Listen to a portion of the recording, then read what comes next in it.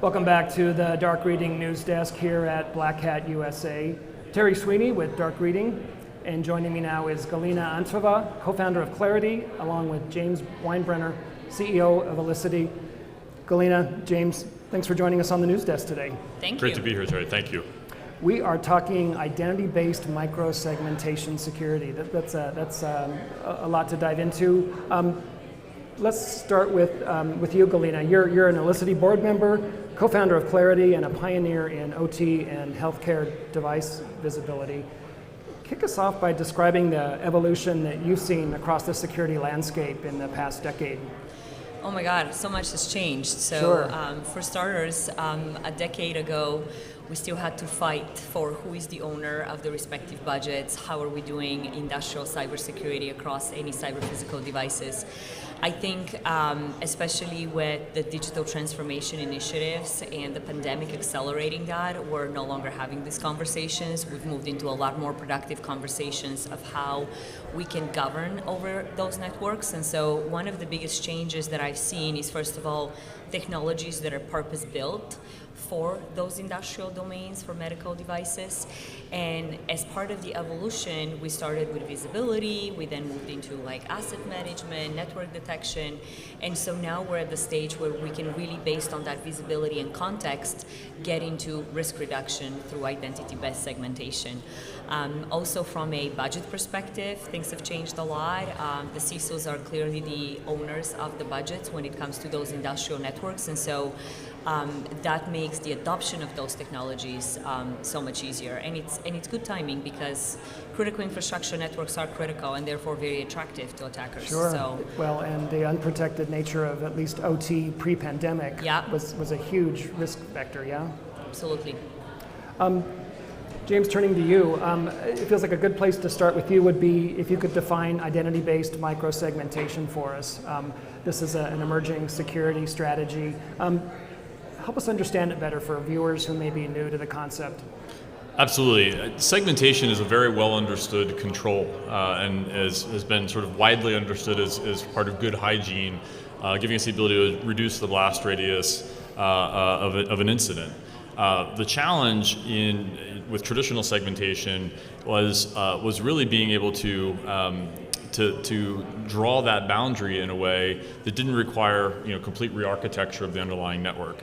What we're seeking to do with identity-based microsegmentation is decouple the segmentation and the security policy from the underlying network architecture. Okay. So the network itself can still perform around the availability performance goals that are required for whatever the process is, and the segmentation policy is literally abstracted from the underlying network constructs and really derived around the identity and the context of the users, devices, and workloads that are running in that environment. Well, and how interesting that identity has become basically the nexus of security management and security policies in the last, I'd say, 18 months or so. Would you agree? Absolutely, and I saw somebody call out identity as critical infrastructure now for every enterprise. No, that's spot on. And we see that identity as, again, does not exist in one place. As much as people talk about having a system of record, there's multiple places where that identity and context exists for different applications, for different user bases, for different asset classes. So being able to bring all of that together into a centralized place and then affect policy around that composited identity is really important. All right. Well, building on the foundation of visibility that Galina laid out, how does Elicity's microsegmentation platform represent, say, the next step in the evolution that she described? Absolutely. I think all of the work that's been done over the last decade to better understand what devices, what assets are running in an environment, to better understand where they are in the environment, and to then understand the associated risks that those devices or assets represent. The amount of data that's been sort of produced in the last 10 years from a visibility perspective is pretty amazing. The question then became, all right, now we see what we have, we see where the challenges are, what do we do about it? And so we're really trying to make it easier to solve the what do I do about it problem by bringing that data directly into an actionable format and marrying that data up with, again, other sources of identity and context that we see, things like Active Directory, other IDPs, things like a CMDB like a ServiceNow, and bringing all of that data together to form the basis of that policy. So there's clearly a change afoot from network-driven to an identity-driven approach in security management, especially with the integration of granular device and all the identity data that comes with it that you've just described. Galina, why don't you start by talking a bit about how you see this evolution evolving over the next few years. James, I'd also like to hear from you on that. Yeah. Absolutely. So I see it actually as building blocks. So we absolutely, as an industry, had to go through the visibility stage. I mean, 10 years ago, we were in a situation where we didn't even know where the assets are, what those assets are, what function they perform. And so getting that context out of the assets, how they communicate to each other was absolutely foundational, right? So then we moved on to like monitoring those industrial networks. And at the end of the day, if you think about how digital transformation and the acceleration of digital transformation pushed us to do those things. I think a lot of security and business teams understood the potential of security to be an enabler for faster digital transformation, right? Operational technology and cyber-physical systems were always somewhat segmented to the business, right? That segmentation was never perfect. But if we want to get real-time telemetry, if we want to optimize our manufacturing processes, that requires for technologies to be integrated. That requires that we get telemetry out of those processes. And the enabler for that is security, which is why I think, companies like Elisity have really seen tremendous growth in the last few years because it's really an enabler of that digital transformation. Now, once you move past the visibility, and this is how we're going to piece everything together and we're going to monitor it, the next logical step, just as we've seen in traditional IT networks, is how can we contain the risk, right?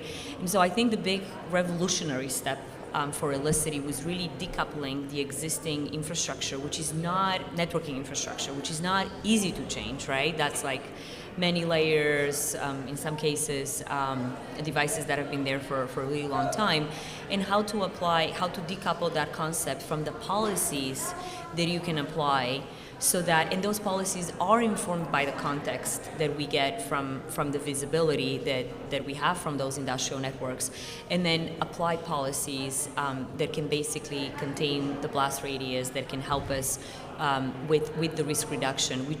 All that means is that we're running much faster, right? So time to value is what security teams are looking for. Convenience and efficiency are often at odds with each other, right, in security, aren't they? Yeah, absolutely. And so how fast can I get to risk reduction, I think, has been probably the number one KPI for security teams. And building on what Galina just said, I think that the biggest shift that we've seen, probably, I think, beginning before COVID, but certainly post-COVID, is that this is not IT teams trying to drag the OT infrastructure into IT. It's the business really pushing to drive that next degree of connectivity, so they can get that telemetry. They can, essentially get all the business intelligence out of those environments. In order to do that, those processes have to be secure. And so as the business is pushing faster, anything that's going to prevent being able to move quickly is something that the security organizations are looking to address. So by, again, decoupling the security policy from the underlying network infrastructure, we think about like network constructs of IP addresses and subnets and VLANs. If we build policy in those terms, that policy is very brittle. Because anytime something changes, I have to go back and tweak that policy. When we can decouple that and tie the policy to the identity, the context, and really the business logic of what that process is, then as changes happen in the underlying network infrastructure, the policy is still enforced. And so that is the enabler to that much faster time to value. James, you've opened the door to the issue of IT and security being blended organizationally under a single unit. Galina, as co-founder of Claroty, you've had a front row seat to this. Talk about how you view this trend of these teams being integrated under a single entity. Yeah, I mean, I've spent like the last 14 years of my life trying to make that happen. So I think that at this stage we're in a really good spot where governance is across IT and OT. And it took us some time, and I think that one of the obstacles was the availability of relevant technologies that were respecting the principles of engineering and what operational technology network engineers were trying to achieve, right? And so with the relevant technologies, we were able to push faster. But in terms of governance, absolutely, I would say, if not 100%, 99% of everything we see is that consolidated governance under the Chief Information Security Officer, which makes it easier because then the same concepts of how you're governing your IT network applies to operational technologies, just implemented in a different way. All right, well, I want to thank you both for coming by the Dark Reading News Desk. Thank you so much for the insights and the perspectives on identity-based security management. Thank you both. Thank you so much. Appreciate it. We've been talking with Galina Antova of Claroty, James Winebrenner of Elisity. This has been Terry Sweeney for the Dark Reading News Desk. Thanks for joining us for this segment.